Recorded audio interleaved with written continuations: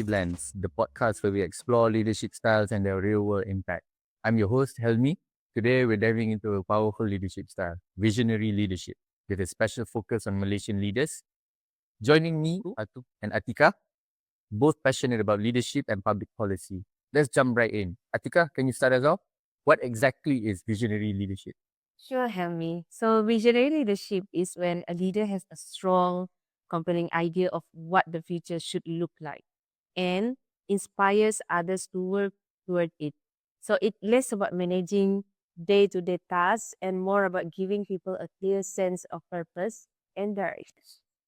Yeah, and I read something that really struck me. It was an article by Heath and Heath back in 2010. So the authors were saying that people often don't act upon something when the vision isn't clearly communicated. So it's not that they lack the motivation, they just don't see the path forward. Exactly. That's why visionary leaders are so focused on communication. According to the research back in 1992 by Nenes and Sashkin, so these leaders start with personal vision, but they don't keep it to themselves and they turn it into a shared vision that brings people together. So, in a nutshell, visionary leadership is about having a clear future in mind, sharing it well, and building a sense of collective purpose. Let's break down the key traits. What really sets visionary leaders apart? There are few traits that consistently show up in research. So first, they have a clear and inspiring vision. So back in 1985, research by Bennis and Ennis, they talk about how visionary leaders help people understand why their work matters, not just what to do. Right. And another big one is confidence. So the research by Sashkin, as you mentioned earlier, Atika, I actually read the article as well. So basically, the authors emphasize how a visionary leader's belief in their vision can be contagious. So that contagion actually builds trust and motivates other people to follow. And they are not just confident, they also empower their teams. Instead of micromanaging, they focus on helping people grow by building skills and encouraging autonomy. I like that. It's leadership that lifts people up, not just directs them. Exactly. I think it's also something called as a pro-social power behavior. So what that means is that this type of leaders, they use their influence ethically to support others, not control them. So, Tunku, who do you think possess these characteristics of visionary leader? Okay. When I think of visionary leadership, the person that comes to mind is Tun Dr. Mahathir Mohamad, our longest-serving Prime Minister of Malaysia. Interesting. What makes you think Tun Dr. Mahathir Mohamad is a visionary leader? Okay, if you still remember, back then, Malaysia's economy was mostly revolving around industries like rubber, palm oil, and also tin. So, although we have made strides since our independence day, there were still many things that were lacking, like infrastructure, education, having proper roads and schools, and also, most importantly, industrial development.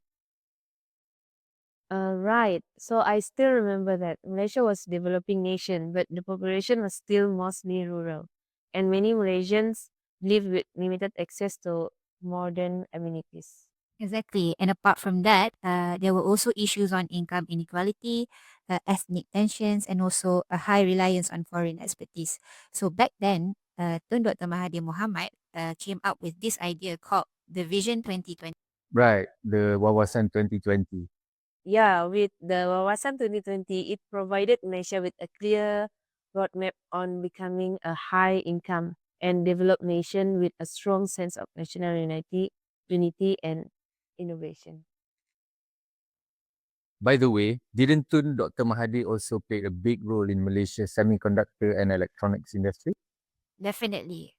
So under his leadership, big tech companies like Intel and AMD came to Malaysia. He really pushed for industrialization and made sure we had the infrastructure and talent to support those industries. And nowadays, we can see places like Penang have become a well-known tech hub in the region. So, with Tun Dr. Mahathir's wisdom and visionary leadership, Malaysia underwent a massive transformation. Yes, and other examples of infrastructure developments that happened during his tenure as Prime Minister were the North and South Expressway and also the Petronas Twin Towers. True, it was a game changer. The North and South Expressway really made interstate travel so much easier and convenient for families, businesses, and even students. Yes, and now the Petronas Twin Towers, one of the tallest building in the world, is a pride to many Malaysians and a symbol that showed that even a small country like Malaysia could dream big. So, Tunku, with all the success stories that you have shared earlier, what do you think is the theory behind Tun Dr. Mahathir Mohamad's leadership? Okay, well, when we talk about Tun Dr. Mahathir Mohamad leadership from a theoretical perspective, so the best fit would tie back to the great man theory of leadership.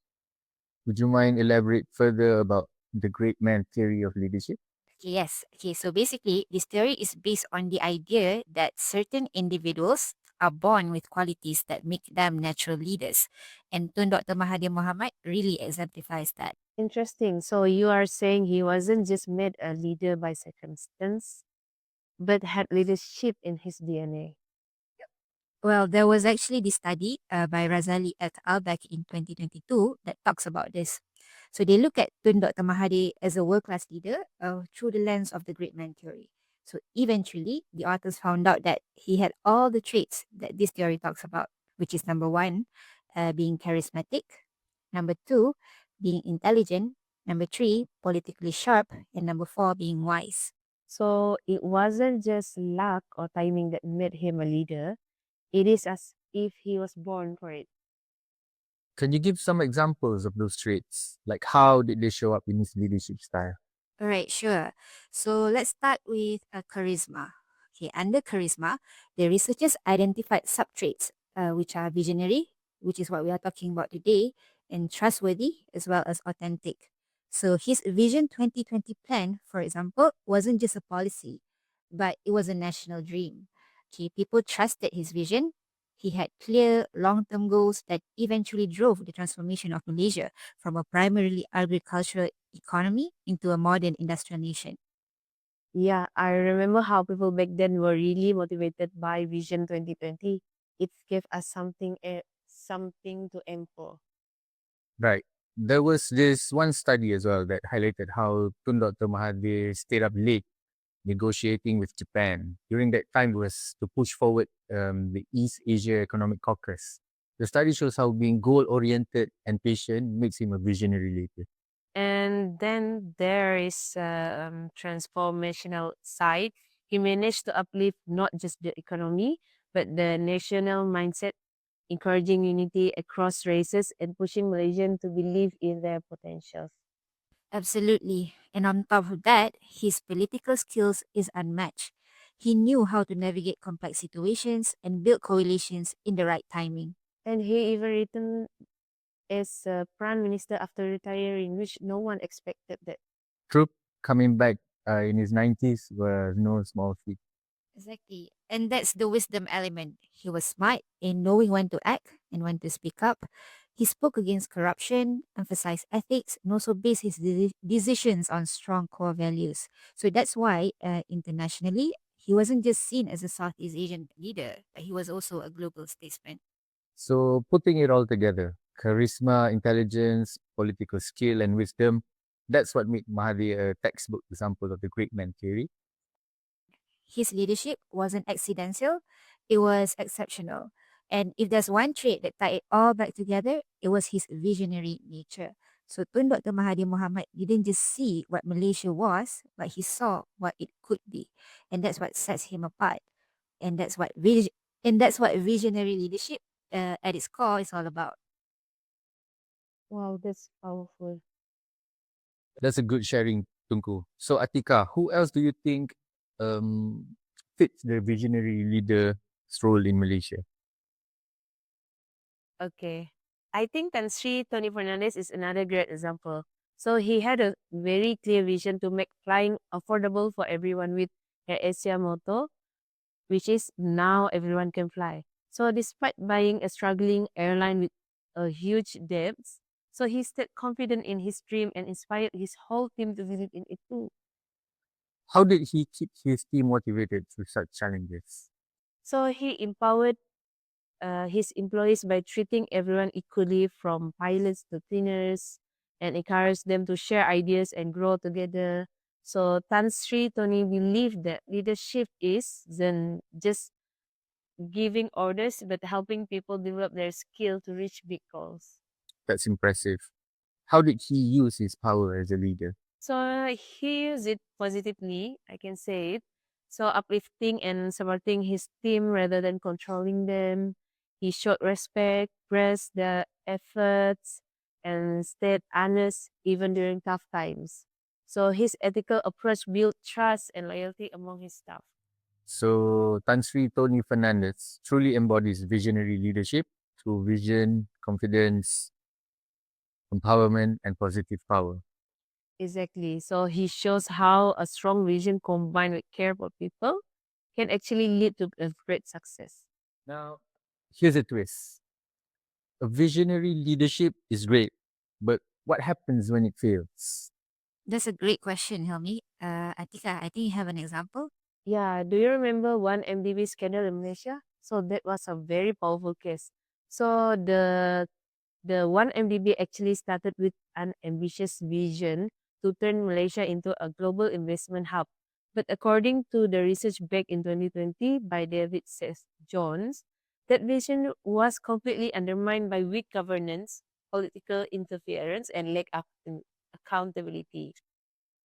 So the vision was there, but the structure and ethics wasn't. Yeah. So exactly more than 6.5 billion was embezzled. So the leadership failed to build safeguards around the vision. So it led to massive public distrust and even contributed to the government defeat in 2018. So that really shows how visionary leadership must be balanced with realistic planning and strong governance. Otherwise, even the best intentions can spiral into disaster. So to sum it up, dream big, but stay grounded in reality. And make sure your system and ethics are just as strong as your vision. Thanks, Tunku and Atiqah. To sum up, visionary leadership, as shown by leaders like Tun Dr. Mahathir and Tan Sri Tony Fernandez, can transform nations and industries by inspiring people with big ideas. But the vision must be realistic and well managed to avoid failure. Right. Visionary leadership can be a force for great change if balanced with practicality. That's it for episode 1 of Leadership Lens. Thanks for listening. Join us next time to live interview with the Malaysian visionary leader. Until then, lead with vision and heart. Bye bye.